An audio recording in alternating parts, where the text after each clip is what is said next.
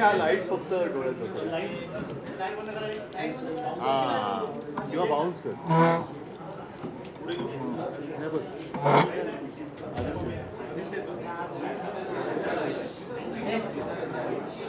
ही थेट दृश्य आपण पाहतोय. उद्धव ठाकरे यांची आता पत्रकार परिषद सुरू होतीये.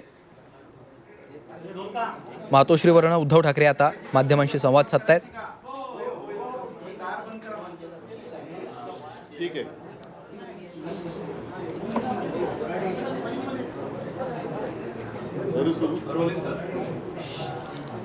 आज थोडंसं अचानक आपल्याला आमंत्रित केलं आणि त्रास दिला, पण सगळ्यांना धन्यवाद देतो. ऐन वेळेला निरोप देऊन सुद्धा तुमची गैरसोय झाली असेल तरी देखील तुम्ही आलात, त्याच्याबद्दल धन्यवाद देतो. 2 विषयांसाठी मी आज जरा थोडंसं घाईघाईने तुम्हाला बोलवलं, कारण एकूण राज्यामध्ये आपण बघाल तर निवडणुकांचं वातावरण आहे. सगळं सरकार, मग मुख्यमंत्री असतील, त्यांचे 2 सहकारी असतील, मी उपमुख्यमंत्री म्हणत नाही कारण ते संविधानिक पद नाही आहे, 2 सहकारी असतील आणि सगळं मंत्रिमंडळ हे प्रचारासाठी फिरतंय. गावागावात किंवा जिथे जिथे निवडणूक आहे तिथे जाऊन मतं मागतंय. आणि या प्रचाराच्या दरम्यान कधीही नव्हता तेवढ्या ह्या निवडणुकांमध्ये, या खरं स्थानिक पातळीवरच्या निवडणुका आहेत, या निवडणुकांमध्ये पैशाचा धूर निघताना दिसतोय. आज सुद्धा सामनाचा अग्रलेख आपण वाचला असाल, त्याच्यात देखील याचा उल्लेख केलेला आहे. पैशाचं वाटप किंवा पैशाचा पाऊस किंवा अतिवृष्टी ही भयानक पद्धतीने महाराष्ट्रामध्ये सुरू आहे. आणि एक प्रकारचा सत्तेचा माज, सत्तेचा दर्प या सर्व राज्यकर्त्यांच्या वक्तव्यातून आणि त्यांच्या वागणुकीतून महाराष्ट्र पाहतो आहे. ज्याप्रमाणे मी एक 8-10 दिवसापूर्वी मराठवाड्यामध्ये शेतकऱ्यांमध्ये जाऊन बसलो होतो, त्यांची सुख कसली म्हणा, दुःखच त्यांच्या वेदना, व्यथा समजून घ्यायचा प्रयत्न केला आणि त्यांना मी धीर दिला. त्याप्रमाणे एकही मंत्री शेतकऱ्यांमध्ये जाऊन बसत नाही आहे, नागरिकांशी बोलत नाही आहे. फक्त जिथे जात आहेत तिथे पैशाच्या थैल्या उघडल्या जात आहेत आणि मतं मागितली जात आहेत. हे चित्र फार भयानक आहे. आणि जे 2 विषय मी तुमच्यासमोर मांडणार आहेत त्याच्यात साहजिकच आहे, एकूणच मुंबईमध्ये गेले 2-3 वर्ष प्रदूषणाची पातळी फार मोठ्या प्रमाणात वाढलेली आहे. याही वर्षी आपण त्याचा अनुभव घेतो आहोत. जे काही रिपोर्ट्स येत आहेत त्यानुसार मुंबईची हवा ही आरोग्यासाठी घातक होत चाललेली आहे. आता काही जण असं म्हणतात, राज्यकर्ते असे कदाचित म्हणतील की इथिओपियामध्ये जो काही ज्वालामुखीचा उद्रेक झाला त्याचे ढग इकडे आलेत की काय, तर ह्याचा आणि इथिओपियातल्या ज्वालामुखीच्या उद्रेकाचा काडीचा संबंध नाही. हा इथे झालेल्या भ्रष्टाचाराच्या ज्वालामुखीचा उद्रेक आहे आणि त्यातून हे प्रदूषणाचे ढग, भ्रष्टाचाराच्या प्रदूषणाचे ढग हे मुंबई आणि महाराष्ट्रावरती रोरावत आहेत. मी जो विषय घेतलेला आहे तो प्रदूषणाचा आहेच. एक तर आपल्याला आठवत असेल की जेव्हा मी मुख्यमंत्री झालो त्यावेळेला तत्काळ आरेमधल्या कारशेडला मी स्थगिती दिली होती. याचा अर्थ मी मेट्रोला विरोध केलेला नव्हता, पण मेट्रोच्या ऐवजी कांजूरमार्गची जागा आम्ही सुचवली होती, जी जागा आता या सरकारने घेतलेली आहे आणि आरेची तर झाडं कापलेलीच आहे. आता हे जे काही प्रदूषण आहे हे आरेची जी झाडं कापली आहेत त्याच्यामुळे नक्कीच वाढलेलं आहे. आणि नियोजन शून्य विकासामुळे, विकास जो म्हटला जातो नियोजन शून्य, जिकडे काही नियोजनच नाही आहे आणि कॉन्ट्रॅक्टरचा पूर्ण विकास करण्याचा जो काही एक आटापिटा चाललेला आहे त्याचंच हे प्रदूषण आहे. आता आणखीन माझ्या कानावर आले की संजय गांधीचा जो काही डेव्हलपमेंट प्लॅन हा आता हे सरकार करतं. म्हणजे संजय गांधी नॅशनल पार्क हे एक असं जंगल आहे, जगातलं एकमेव जंगल आहे की जे शहरात आहे आणि इथे केवळ झाडच नाही तर अगदी बिबट्यापासून अनेक जीव तिकडे वर्षानुवर्ष राहत आहेत किंवा पिढ्यानपिढ्या असं म्हणा, कारण पिढ्या आपल्याच नसतात तर इतर जीवाच्या सुद्धा असतात, तर तिकडे राहतात. हे असं जगातलं एकमेव उदाहरण आहे आणि जंगल आहे. तो संजय गांधी नॅशनल पार्कसुद्धा विकास प्लॅन काहीतरी ते आणतात आणि तोही बोडखा करण्याचा प्रयत्न चाललेला आहे. हे जसं मुंबईत चाललं आहे तसंच दुसरा हा एक मोठा घातक प्रयत्न ते जे करतायत ते नाशिकमध्ये करतायत. नाशिकमध्ये पुढच्या वर्षी कुंभमेळा होतोय. कुंभमेळा व्हायला पाहिजे कारण गेल्या अनेक वर्ष अनेक शतकं हा कुंभमेळा होतोय. गेल्याही वेळेला तिकडे कुंभमेळा झाला होता आणि तिथे येणारे जे हजारो लाखो साधू संत आणि भाविक आहेत त्यांची गैरसोय होता कामा नये याच्यासाठी सुविधा पुरवण्याचं काम हे सरकारचं असतं आणि असलंच पाहिजे. दुर्दैवाने गेल्या वर्षी प्रयागराजमध्ये जे काही घडलं, चेंगराचेंगरीमध्ये किती नेमके भाविक चिरडून त्याच्यामध्ये काही जणांना प्राण गमवावे लागले, काही जण गंभीररित्या जखमी झाले, त्याचा नेमका आकडा काय अजून आलेला नाही. तर थोडक्यामध्ये तिकडे भाविकांची आणि साधू संतांची गैरसोय होता कामा नये हे शासनाचं काम आहे. आता हे काम आहे म्हटल्यानंतर त्याच्यामध्ये पारदर्शकपणा पाहिजे. आज देखील नाशिकचा पालकमंत्री नेमला का जात नाही आहे हे एक कोडं आहे आणि त्या कोड्याचं उत्तर या कुंभमेळ्याच्या एकूण होणाऱ्या खर्चामध्ये आहे का हे एक आपल्याला शोधावं लागेल. अर्थात तो विषय वेगळा झाला, त्याच्यात आत्ता मला जायचं नाही आहे. मात्र या कुंभमेळ्याच्या निमित्ताने साधुग्राम म्हणून जे काही होणार आहे, जे गेल्या वेळेला झालं असेल ते नेमकं कुठे झालं होतं याचीसुद्धा माहिती आपण सहज मिळवू शकतो. पण यावेळेला तपोवन हे नष्ट करण्यात येणार आहे. आता तपोवन म्हणजे जिथे प्रभू श्री रामचंद्र, सीतामाई, लक्ष्मण हे काही काळ वास्तव्यास होते अशी एक आपली मान्यता आहे.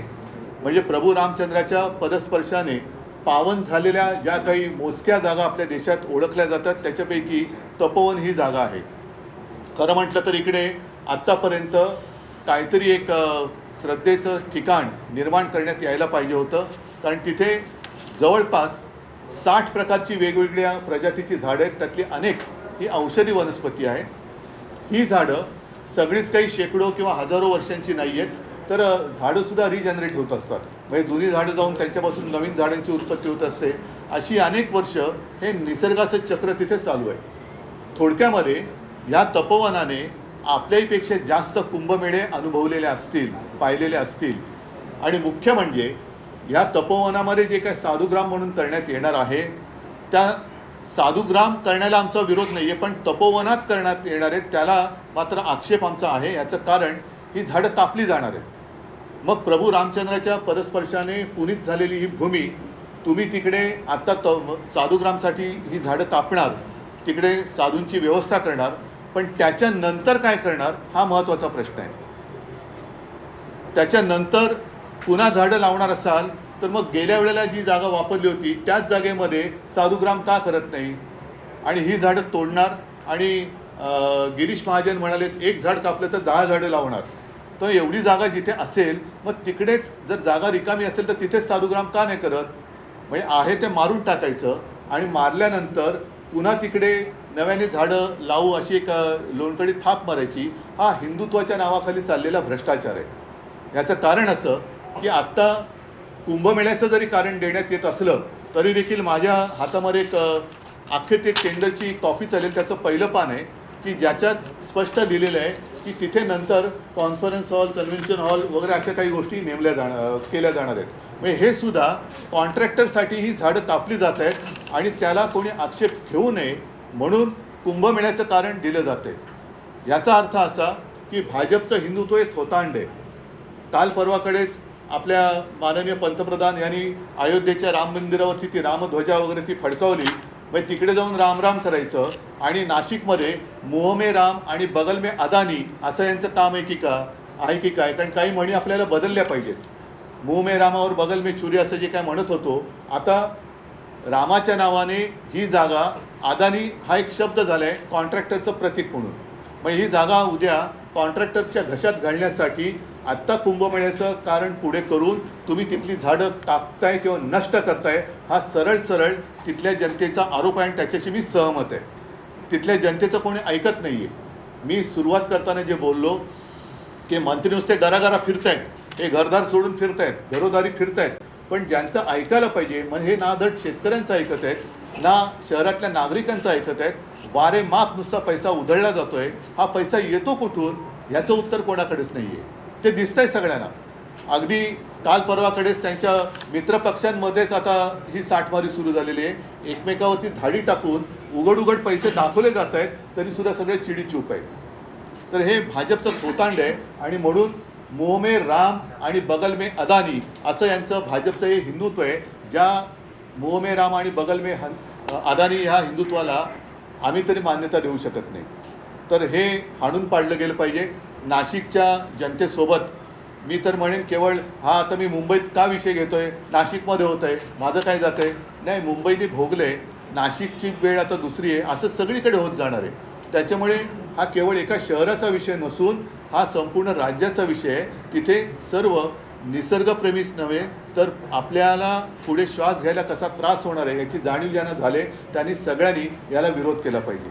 परत एकदा सांगतो, आमचा विरोध हा कुंभमेळ्याला नाही, साधुग्रामला नाही, मात्र त्यासाठी जी हजारो झाडांची कत्तल हा शब्द मी वापरतोय, कत्तल करून सरकार आपल्या पदरी पुण्य पाडून घेण्याचा एक केविलवाणा प्रयत्न करण्याचा देखावा निर्माण करते, त्याला आमचा विरोध आहे. हा एक मिनिट, हा एक विषय झाला. हा एक विषय फार महत्त्वाचा आहे. आणि दुसरा विषय हा राज्यसभेचा आहे, संसदेचा.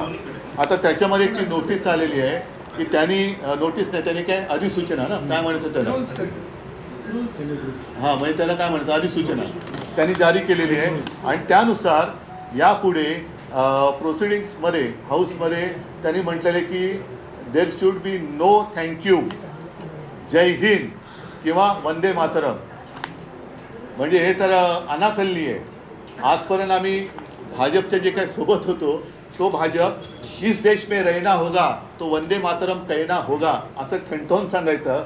आता हे वंदे मातरम म्हणायचं नाही, मग हे ज्यांनी केले तो पाकिस्तानमध्ये जाणार का, त्याला पाकिस्तानमध्ये पाठवणार का, हे भाजपच्या किंवा भाजपने हे सांगावं की ह्याच्यामध्ये तुमचं हिंदुत्व किंवा राष्ट्रप्रेम आहे का. मग एका बाजूला मी यांच्या हिंदुत्वाचा बुरखा फाडलेला आहे आणि दुसऱ्या बाजूला यांच्या राष्ट्रप्रेमाचा बुरखासुद्धा मी फाडलेला आहे, कारण तो त्यांनी स्वतःहून फाडलेला आहे, मी नाही फाडला. म्हणजे आपल्या सभागृहात वंदे मातरम म्हणायचं नाही.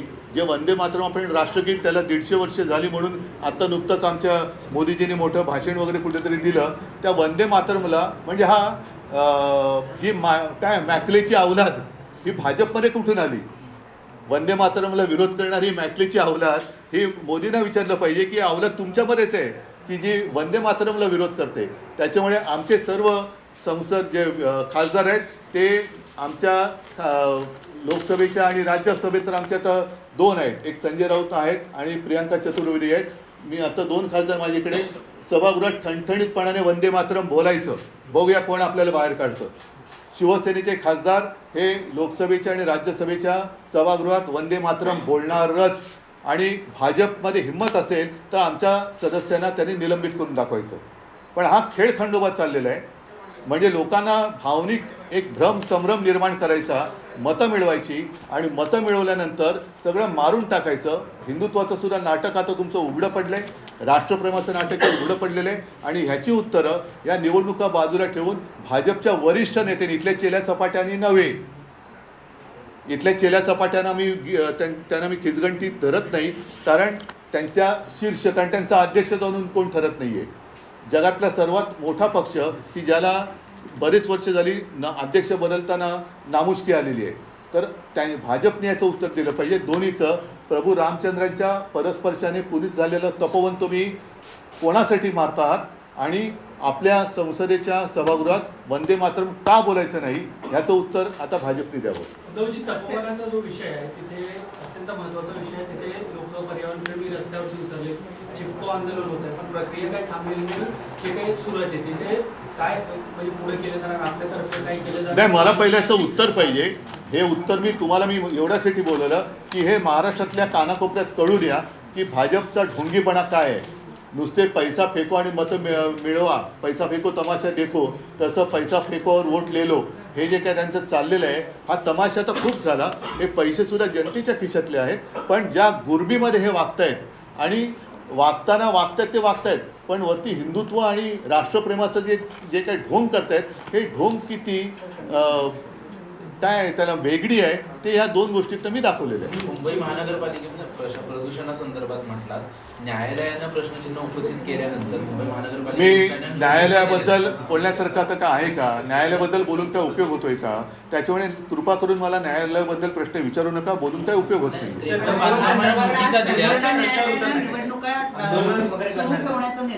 मी न्यायालयाबद्दल बोलून उपयोगच नाहीये, त्याच्यामुळे मला कृपा करून न्यायालयाबद्दल काय बोलायचंच नाहीये. बांधकामांना मुंबई महानगरपालिकेने नोटिसा दिल्यात, बिल्डर नियम पाळत नाहीत असं देखील सांगितलं. अशांना देखील नोटिसा मुंबई महानगरपालिकेकडून देत आहेत आणि रस्ते देखील आजपासून धुवायला डीप क्लिनिंग केलं जाणार आहे पर्यावरणासाठी.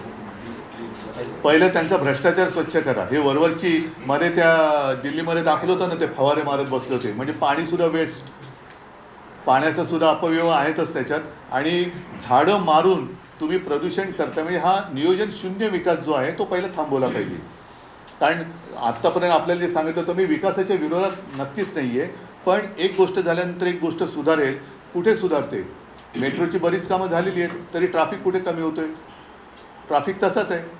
आम्ही जो कोस्टल रोड केला त्याचा फायदा किती होतोय आणि हे जे काय विकासाच्या नावातले जे करतायत त्याचा फायदा किंवा किती उपयोग होतोय हे लोकांना कळते. सातबारे सुरू आहे आणि आत्ताच्या सध्याच्या सुरू असलेल्या निवडणुकांमध्ये अनेक ठिकाणी महायुतीमध्येच एकमेकांच्या विरोधात पक्ष लढताना दिसून येतात. कल्याण डोंबिवलीमधलं नाही, मतांची बोली लावायची बाकी ठेवली या लोकांनी.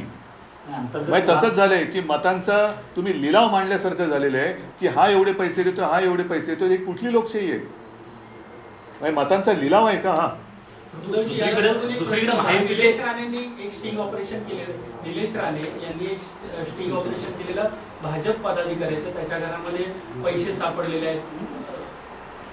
हो, मग तेच मी बोलतोय ना की ही सगळी पैशाची गुरबी आता उघड झालेली आहे. मंत्री पैशाची उघडी बॅग ठेवून घरात बसतो, त्याच्यावरती काय कारवाई होत नाही. हे सगळे भ्रष्टाचार आता एवढे झालेले आहेत की हा भ्रष्टाचाराच्या ज्वालामुखीचा उद्रेक झालेला आहे. हे प्रदूषण त्याचं आहे. सर, काल राज ठाकरे आणि तुमची भेट झालेली आहे, काय महापालिकेची स्ट्रॅटेजी?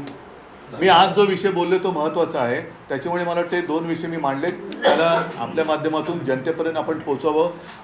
भाजपच्या समजदार नेत्याकडनं मला त्याच्यावरती उत्तर अपेक्षित आहेत. कोणी आंडूपांडू बोलेल तर त्याला मी काय उत्तर वगैरे काय देणार नाही. शिवसेना म्हणून काय आवाज द्या नका. हो, मी आज तर बोललेलो आहे आणि आवश्यकता लागली तर आम्हाला रस्त्यावरती उतरावं लागेल.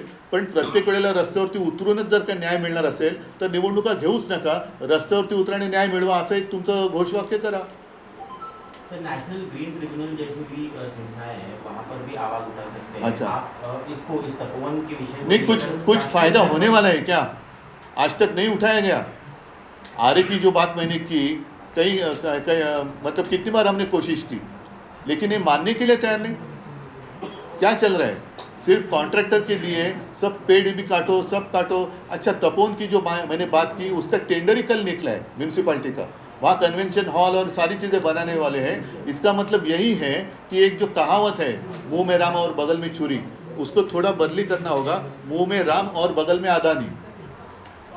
Finance minister Ajit Pawar openly अपने बयान दे रहे हैं कि मेरे पास फंड्स है, आप मुझे वोट दो, मैं आपको फंड दूंगा. वही तो मैं कह रहा हूँ ना, अजीत पवार जो फाइनेंस मिनिस्टर है उनको उप मुख्यमंत्री में नहीं मानता, क्योंकि वो संविधानिक पद है नहीं. अर्थमंत्री कहते हैं कि मेरे पास तिजोरी है. चंद्रकांत पाटिल कहते हैं कि तिजोरी वाला मालिक तो हमारे पास है. दूसरा दाढ़ी वाला, वो तो खुजाते बैठा है दाढ़ी अपनी, तो उसके हाथ में क्या है वही उसको पता नहीं चल रहा है. पैसे की इतनी मस्ती आज तक महाराष्ट्र ने कभी देखी नहीं थी. तो ये सब खेल चल रहा है और इन लोगों की जो व्यथा है वो समझने के लिए इनके पास समय नहीं है. प्रचार के लिए घूम रहे, हेलीकॉप्टर से घूम रहे, सब घूम रहे, वोट मांगने के लिए घूम रहे, लेकिन जिन्होंने वोट दिया है उनकी कुछ सुख तो है नहीं, दुख ही है, व्यथा है. उसके बारे में क्या है?